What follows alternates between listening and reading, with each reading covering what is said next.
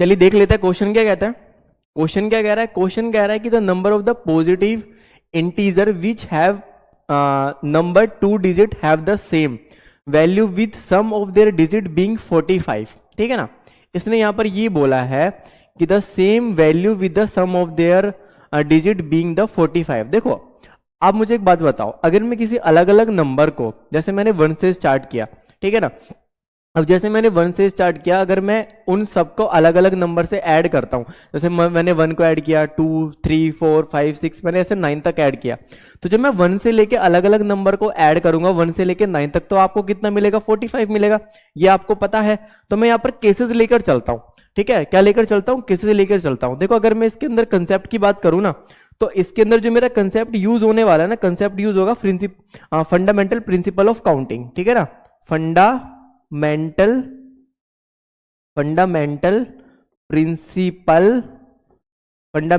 Principle of counting. ठीक है ना, ऑफ काउंटिंग। अब देखो मैं यहां पर एक केस लेकर चलता हूं। मैं केस क्या लेकर चलता हूं, सुनो जरा। मैंने यहां पर केस लिया, केस फर्स्ट। ठीक है ना, मैं यहां पर केस फर्स्ट लिया। तो जब मैं केस फर्स्ट लूंगा, मैंने पहले क्या किया, मैंने कोई 9 डिजिट लिए। क्या लिए? कोई मैंने 9 डिजिट लिए अलग से, तो 9 डिजिट्स। ठीक है ना, क्या लिए? 9 डिजिट्स लिए।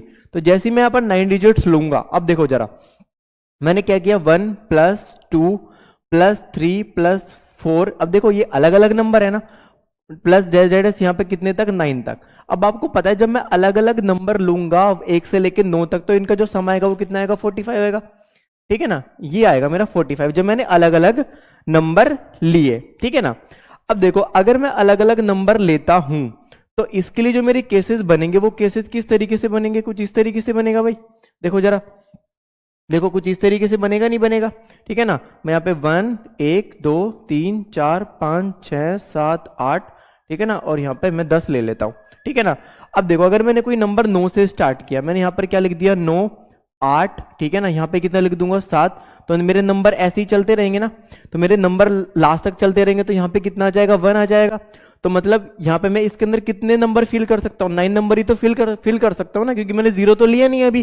तो यहाँ पे इसको अरेंज करने के कितने तरीके होंगे मेरे? 9 फैक्टोरियल।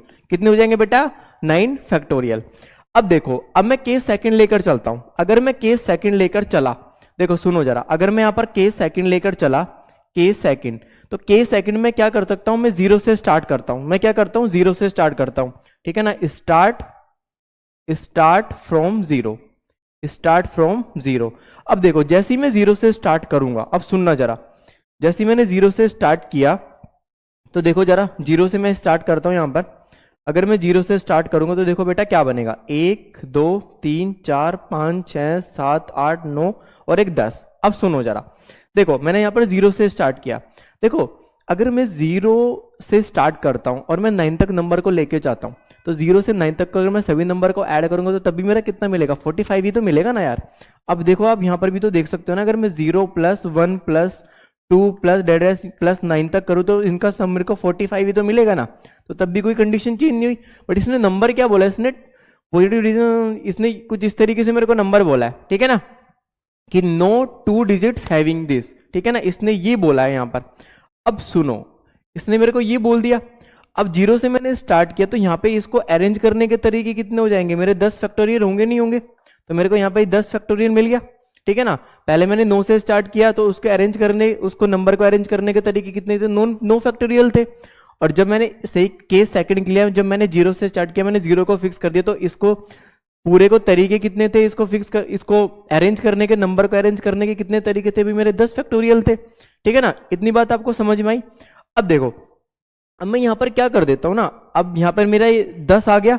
ठीक है ना, तो ये मेरे नंबर टोटल कितने थे? 10 थे। ठीक है ना, अगर मैं 0 से स्टार्ट करता हूं, 0 1 2 3 4 5 6 7 8, ठीक है ना, 9। ठीक है ना, ये टोटल नंबर कितने हैं मेरे? 10 है। अब मैं यहां पर 0 को ना फिक्स कर देता हूं। मैं क्या कर देता हूं बेटा? 0 को फिक्स कर देता हूं। अब सुनो, अगर मैंने यहां पर 0 को फिक्स किया, 1 2 3 4 5 6 7 8, ठीक है ना, और यहाँ पे आ जाएगा 9। 1 2 3 4 5 6 7 8 9 10। अब मैं यहाँ पर फिक्स कर देता हूँ 0 को। ठीक है ना, तो मैंने यहाँ पर 0 को क्या कर दिया? फिक्स कर दिया। अब जैसे ही मैं यहाँ पर 0 को फिक्स करूंगा, तो जो मेरे आगे आने वाले नंबर होंगे, तो उनको अरेंज करने का जो तरीका हो जाएगा बेटा वो कितना हो जाएगा 9 फैक्टोरियल। अरे होगा नहीं होगा, कितना हो जाएगा मेरा 9 फैक्टोरियल हो जाएगा। इतनी बात समझ में आ गई। ये क्या है स्टार्ट फ्रॉम जीरो, क्या है ये start from zero, start from zero. But मैंने यहाँ पर जीरो को फिक्स कर दिया, वहां पर जो मैंने 10 फैक्टोरियल लिए थे वो जीरो से स्टार्ट है, बट मैंने जीरो को फिक्स नहीं किया था यहाँ पर, यहाँ मैंने जीरो को फिक्स कर दिया। अब मुझे एक बात बताओ, अब मुझे यहाँ पर एक चीज बताओ कि अगर मैं टोटल नंबर की बात करूं, मैं किसकी बात करूं टोटल नंबर की, टोटल नंबर्स की अगर मैं यहाँ पर बात करूं तो टोटल नंबर मेरे कितने थे, मेरे 10 फैक्टोरियल थे। अरे थे नहीं थे, मेरे कितने थे, मेरे 10 फैक्टोरियल थे। अगर मैं तो यहाँ पे मेरे कितने थे, देखो यहाँ पे कितना बन रहा था, मेरा 9 फैक्टोरियल बन रहा था। अगर मैं 9, क्योंकि मेरे को क्या चाहिए, मेरे को चाहिए सम ऑफ देयर डिजिट बीइंग 45, मुझे ये चाहिए। अब सुनो देखो टोटल नंबर मेरे कितने हो जाएंगे, मैं टोटल नंबर की बात करूं तो मेरा 9 फैक्टोरियल प्लस मेरा यहाँ पे क्या है, एक तो मेरा स्टार्ट कहां से था, एक तो मेरा ये देखो अगर मैं इसकी बात करूं इस वाले की, तो मेरा जीरो से स्टार्ट था, तो जीरो से जब मेरा स्टार्ट था तो मेरे नंबर को अरेंज करने के तरीके कितने थे 10 फैक्टोरियल। अरे थे नहीं थे, तो मैं यहाँ पर क्या लिख देता हूँ 10 फैक्टोरियल। बट अगर मैं जीरो को फिक्स कर देता हूं तो मेरे 9 ही तो बचेंगे ना, तो उसमें से मैं क्या कर दूंगा, इसको माइनस कर दूंगा। अरे करूंगा नहीं करूंगा, तो ये क्या हो जाएगा मेरा इससे कैंसिल आउट हो जाएगा। तो जो मेरा फाइनल आंसर मिलेगा वो कितना मिलेगा 10 फैक्टोरियल। ठीक है ना, क्या मिलेगा 10 फैक्टोरियल, और यही क्या हो जाएगा बेटा इसका फाइनल आंसर हो जाएगा। अब देखो अगर मैं ऑप्शन की बात करूं तो इसके अंदर मेरा कौन सा ऑप्शन सही हो जाएगा, option A will be the correct answer. ठीक है ना, उम्मीद करता हूं कि आपको ये वाला सवाल समझ में आया होगा। ठीक है भाई, कोई दिक्कत तो नहीं इसमें, ठीक है चलो आगे बढ़ते हैं।